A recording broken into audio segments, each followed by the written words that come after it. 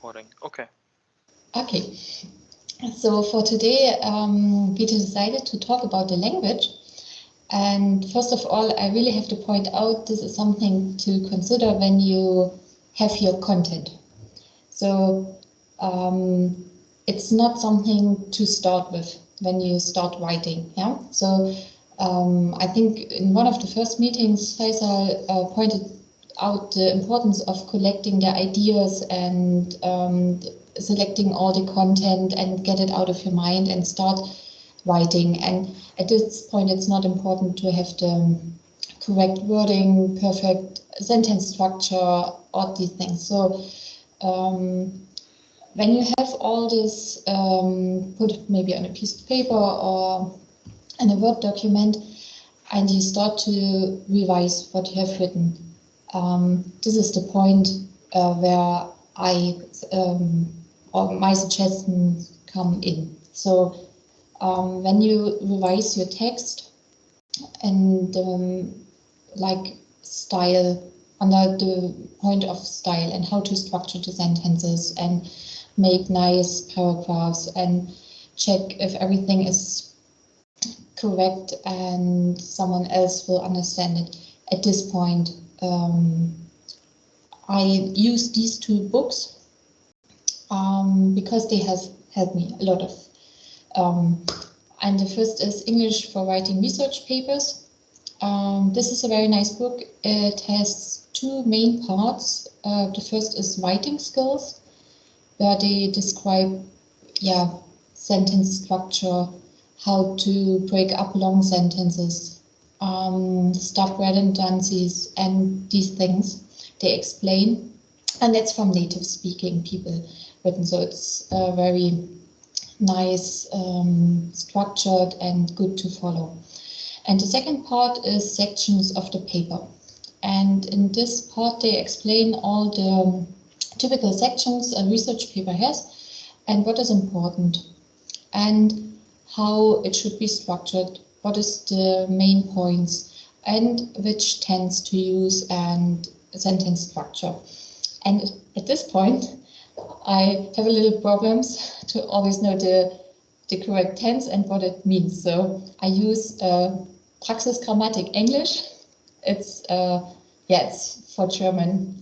I'm sure there's something available in all languages.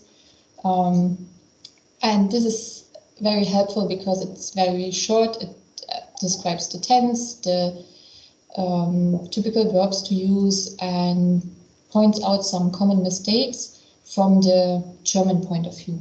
So it helps to understand the language. And these books and combinations for me are very helpful. And I choose one chapter from the writing research papers. It's from the section about the conclusion. So on the left side, you see what is written in the writing research paper book, and on the right side, it's from the grammar book to give you an idea how it looks like. And I choose the conclusion section because it's a very short section in the paper, but I think it's one really important because most people, when they read a research paper first time, they look at the abstract and the conclusion. So I thought maybe the conclusion is a good section to talk about. And here's how to start. You always find a section about what tense should I use. And the authors point out one distinction that many authors make is between what they did during the research, and this should be written in simple past, and what they did during the writing process of the manuscript, and this should be written in present perfect. Then they give a short example to explain. So we have described a method to extract gold from plastic. We use this method to extract 5 kilograms of gold from 50 kilograms of plastic. We found that the optimal conditions, and so on. So the first word have described says what the authors have done in the paper, and the second is what they did in the laboratory, so used, found. And then they also give examples, and here they have 2 examples for, they are written in present perfect, and they should actually be put in the abstract or the introduction. So in this paper we consider the robust design. This would be a sentence for the abstract, or in this study it is demonstrated. It's also would be perfect in the abstract. And as you see here, it's a very short chapter, but it gives you an idea how the conclusion should be written from a language point of view and which tense to use. And now on the right side, it's from the grammar book. It's very nice, short explained how the present perfect should look like and what is meant with this. So in combination with these 2 books, at least for me, it's easier to understand how to write.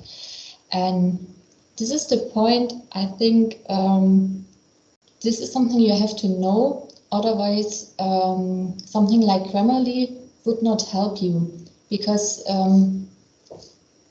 I mean, if you see the sentence on its own, all of the sentences are in very good English, but it depends where you put them in your paper and where they should be placed in your document. And there you have to use the correct tense. And that's why I think such a book is very helpful to give you an idea, especially as non-native speaker, to make the language correct. And this is something that helped me really, is like how to start, or what is the perfect first sentence for the conclusion. And I read this chapter and then I looked at my first conclusion I have written, and like, oh yeah, my sentence is the same. Like, in our research paper, we have shown, like, oh, okay, I should not do it like this. And I think everybody has written a sentence like this. And it's not bad, but it could be made better. Yeah? Mm-hmm. And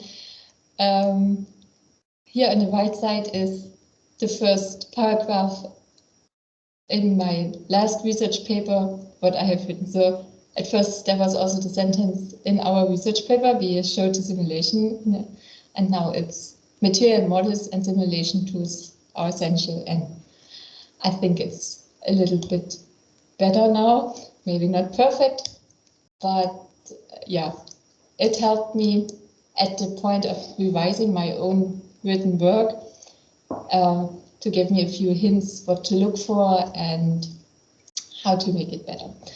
So yeah, that's from my point. And I hope you didn't mind the advertising block of the book. So, I mean, there are probably plenty of books out there with similar content or online tutorials or something like this. But I think important is to know that there is help out there and things you can look at. So, yeah. Then I start sharing my screen. Okay. Interesting. The first thing I see is I should have this book so I don't keep writing the conclusions the same way.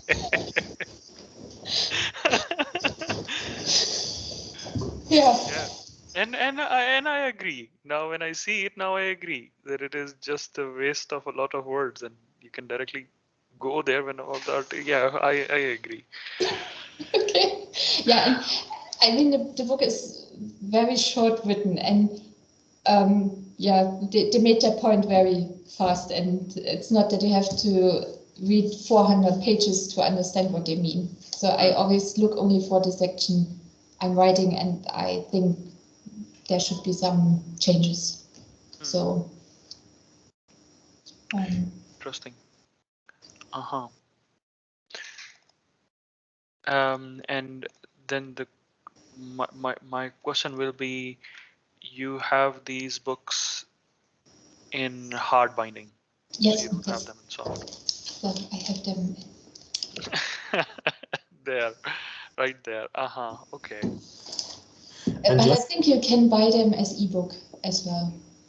Yes, but the library has not as ebook. Yeah, it's not available in the library. Mm-hmm. I just checked the price in Amazon is almost 30 euros, 33. Yeah, something like this. Mm-hmm. Yeah. 34 euros, yeah. So that's not too much. I Yeah. think I bought it on Medimobs or Rebuy, I don't know, and it was something like 15 euros or something like that. Mm-hmm. So Okay. also like buying used books. Yeah, but it's really worth the money. Yeah.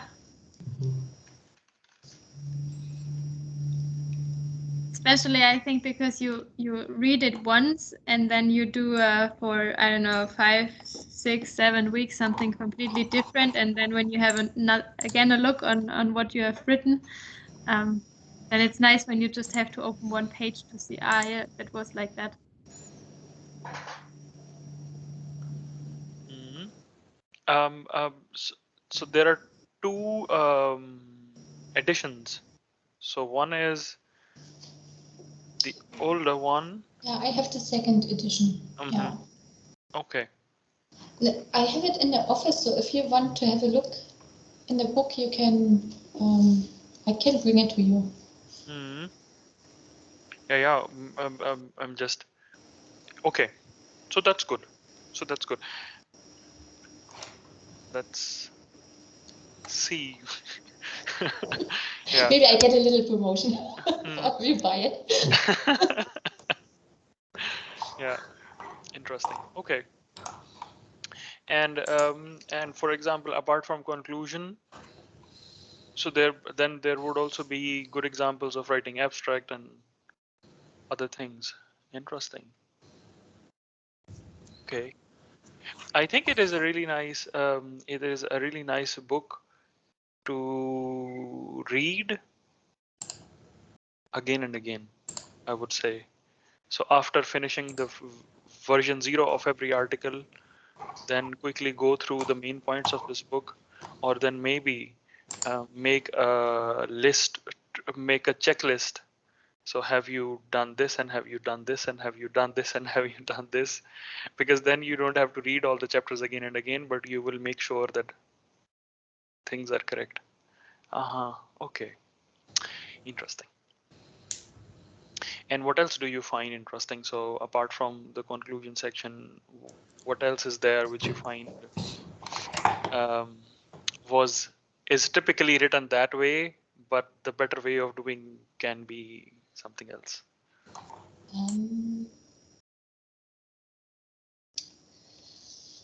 I didn't. They point out some common mistakes. What would really change the meaning of the sentence? Mm-hmm. And this is more from the language. And as non-native speaker, you sometimes have a feeling based on your own language, but that's sometimes not really correct. And there is one thing also with the comma rules. If you add informations, that's really common, something like a sentence, we change parameter, we change the temperature, comma, which is important, something like this. But there's a difference if you say that is important.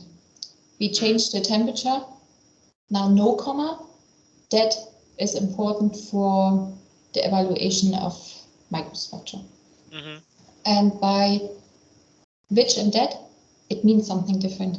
So if you say comma which, it is an additional information which is not important.